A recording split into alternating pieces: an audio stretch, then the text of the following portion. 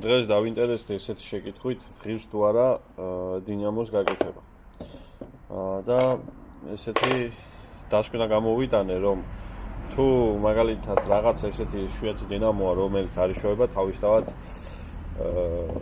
მაგას მოუწევს გაკეთება. თორე ისე ვფიქრობ, რომ უმეტეს შემთხვევაში ჯობია დინამოს დაზიანების დროს უბრალოდ შეიცვალოს სხვა დინამოთი დაშლილი მანქანიდან, რომელიც არის მუშა მდგომარეობაში. თუმცა არის ერთი თუ გინდათ რომ საკისრები იყოს ახალი და უბრალოდ სერვისი ჩაუტარდეს დინამოს, ამ შემთხვევაში რა თქმა უნდა სერვისიც მიღებულია. თუმცა სერვისი შეიძლება იმაზე მეტი დაждდეს, ვიდრე თვითონ დინამო ღირს, იმიტომ რომ ეხლა მე ერთი საკისარი ვიყიდე, ეს უკანა საკისარი, რომელშიც მივეცი 30 ლარი, ალბათ მეორე 30-იც წინა საკისარი დამიჯდება და პლუს მოხსნა უნდა, დაყენება უნდა, რემონტი უნდა, ხო და 70-100 ლარი სულ ღირს ხოლმე Subaru-ზე დინამოები, ძველ მოდელებზე მაინც.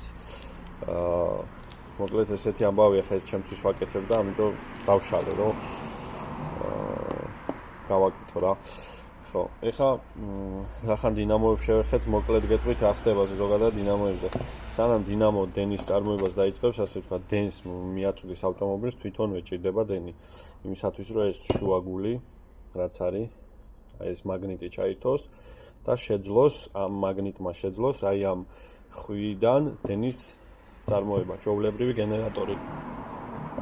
ეს რაღაცა რო სიტყვაზე წყლის პროპელერზე დაამაგროთ და ააწყოთ ისე როგორც საჭიროა, იქაც მოგცემთ დენს. ანუ არაფერი არ იცლება ამას, ძრავი დაატრიალებს თუ წყალი თუ ქარი თუ რა დაატრიალებს, არ აქვს მნიშვნელობა, ეს არის დენის გენერატორი. უბრალოდ იმისათვის რომ იმუშაოს ავტომობილზე, აი სხემა რაც არის, ახლა ამას არ ამოვიღებ, აი ეს. ეს არის დიოდური ხიდი, რომელიც ცვალებად დენს, გადაქმნის მუდმივ დენად და ტენის აკუმულატორს. არის ხოლმე შემთხვევები, როდესაც ეს დიოდების ხიდი უჭდება და აღარ მუშაობს. ისა რა ქვია დინამო. არის ხოლმე შემთხვევა, რომ უბრალოდ პაჩევნიკი ხრიალებს და ამის შეცვლა შესაძლებელია და გაკეთებადია.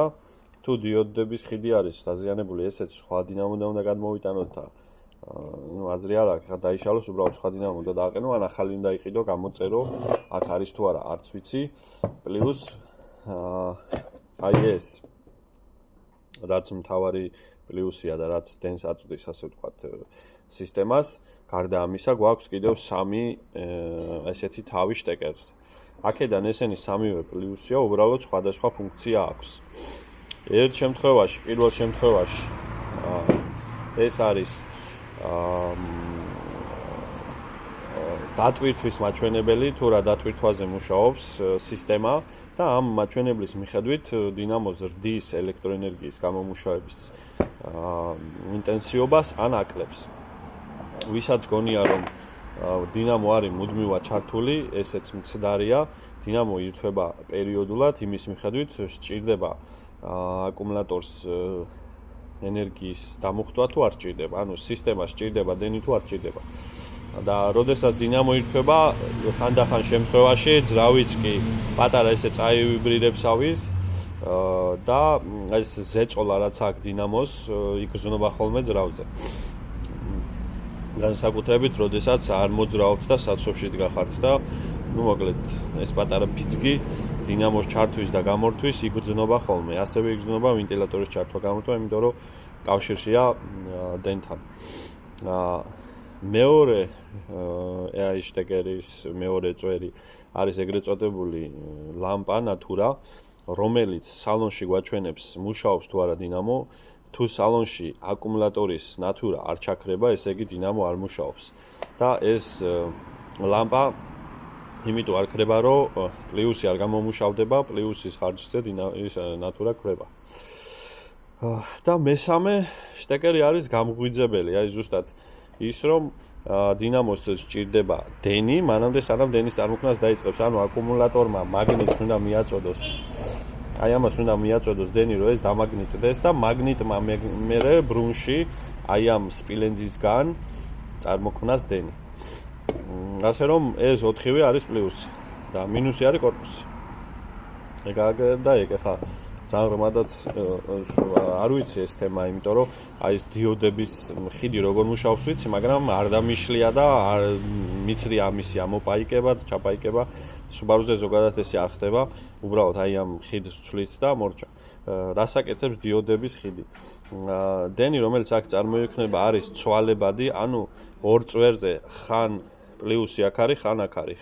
ანუ ცვალებადი ამას ქვია, იცვლის მუდმივად პოლარობას. და მუდმივიდან კიდევ ერთზე მუდმივად მინუსია, მეორეზე მუდმივად პლუსია და ამის დასალაგებლად დიოდები გამოიყენება. ანუ როდესაც პოლარობა იცვლება, აი ჩათვალეთ რომ აგერ არის პლუსი და აქ უნდა იყოს. ამ შემთხვევაში აქ დიოდი აყენია და დაბლა გადმოამისამართებს ხოლმე დაბლა კაბელზე. მარტივად რო ვთქვათ, დენს და აქ პლუსი გაჩნდება. თუ აქ არის პლუსი და აქ მინუსია და ასე უნდა იყოს, ამ შემთხვევაში დიოდური ხიდი გაატარებს ამას უბრალოდ. ანუ ესეთი რაღაცა ხდება რა. ხო და ამას უზრუნველყოფს ეს, როდესაც დიოდები ფუჭდება, დინამო იწყებს არასტაბილურად მუშაობას, ხან ვოლტაჟი ემატება, ხან საერთოდ არ ტენის, ხან ის სალონში რო ნატურა არის, ის ციმციმს იწყებს, მოკლედ სისტემა ფუჭდება.